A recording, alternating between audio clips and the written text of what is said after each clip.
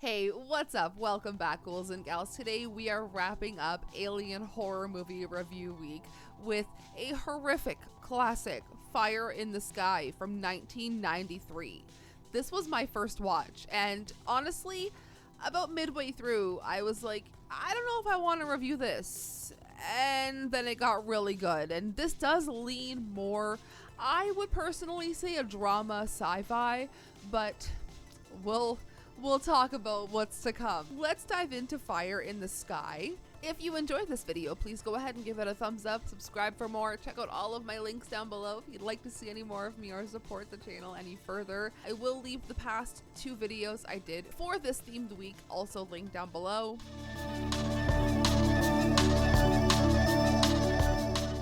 Fire in the Sky from 1993 was directed by Robert Lieberman. It has a runtime of 1 hour and 49 minutes, and this was released on March 12th, 1993. Let me know if you share a birthday with this movie. I was born in 1993, but in November. An Arizona logger mysteriously disappears for 5 days in an alleged encounter with a flying saucer in 1975. His co-workers endure ridicule and contempt as they're wrongfully accused of murder.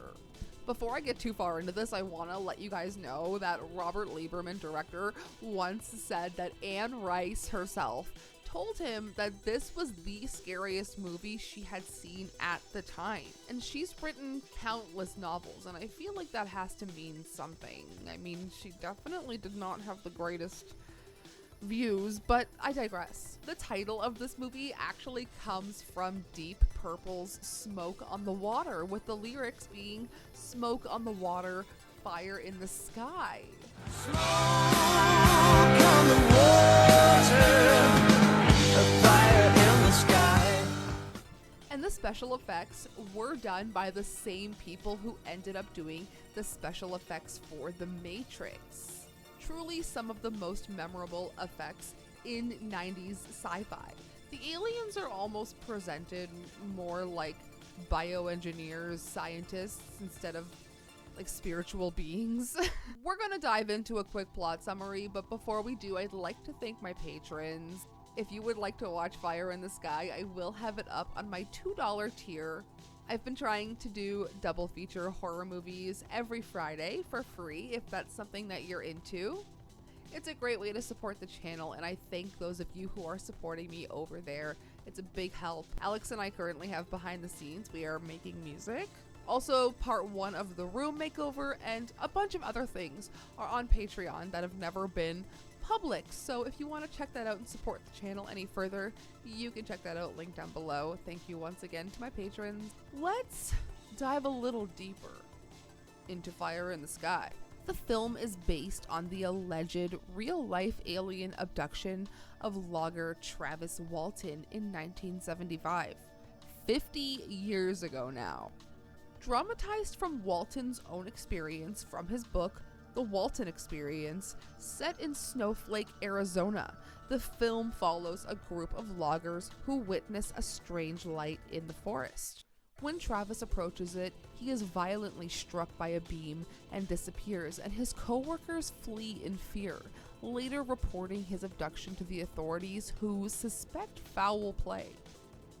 After 5 days of growing suspicion, scrutiny, and a media frenzy, Travis suddenly reappears, traumatized and disoriented, though some fragmented flashbacks in the film reveal his terrifying memories about the spacecraft with the cocoon-like chambers, slimy tunnels, and weird little aliens performing brutal experiments. The film explores not just the abduction itself, but also how the incident fractured a community, examining doubt, friendship, and belief. The infamous abduction scene is still, to this day, one of the most disturbing portrayals of alien contact in cinema.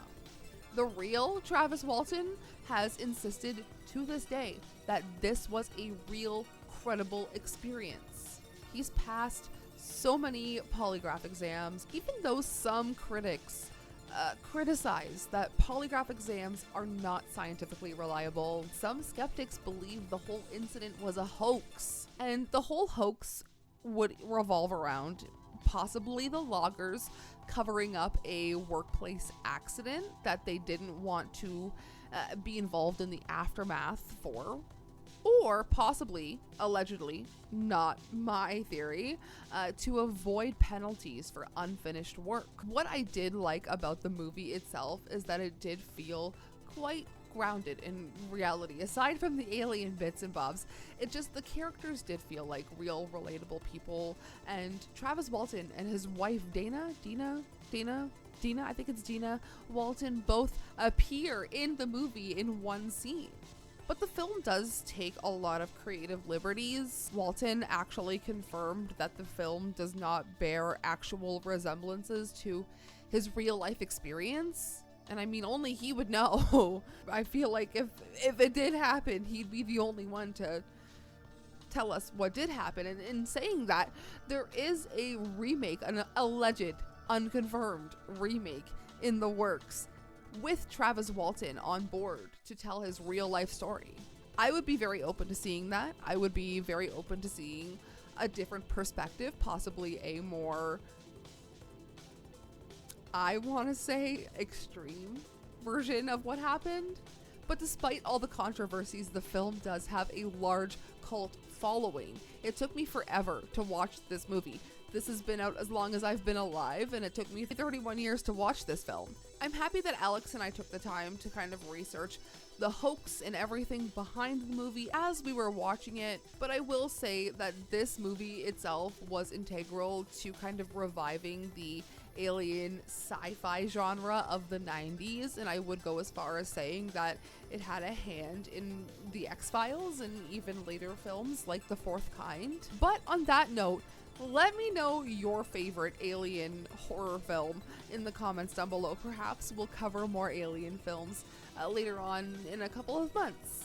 I do have the rest of this month pretty much planned out with content, and I'm very excited about it. Love, Death, and Robots is finally out, and I am finally off of work. I can sit down to binge, gather my thoughts, and we will do a whole ranking episode once again for Volume 4. I can't wait. So, have you seen Fire in the Sky?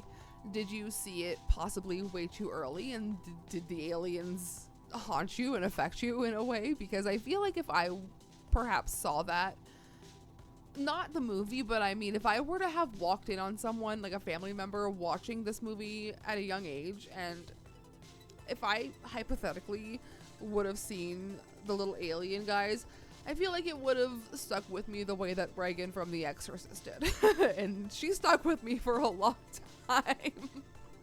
So on that note, let me know your thoughts down below. Check out Patreon if you would like to support the channel and watch Fire in the Sky for yourself. And I will see you in my next video, which will either be our ranking of Love, Death, and Robots, or I have an idea for a different video that I kind of want to chat and yap for a little while. So we'll see what we get up to next. Sayonara.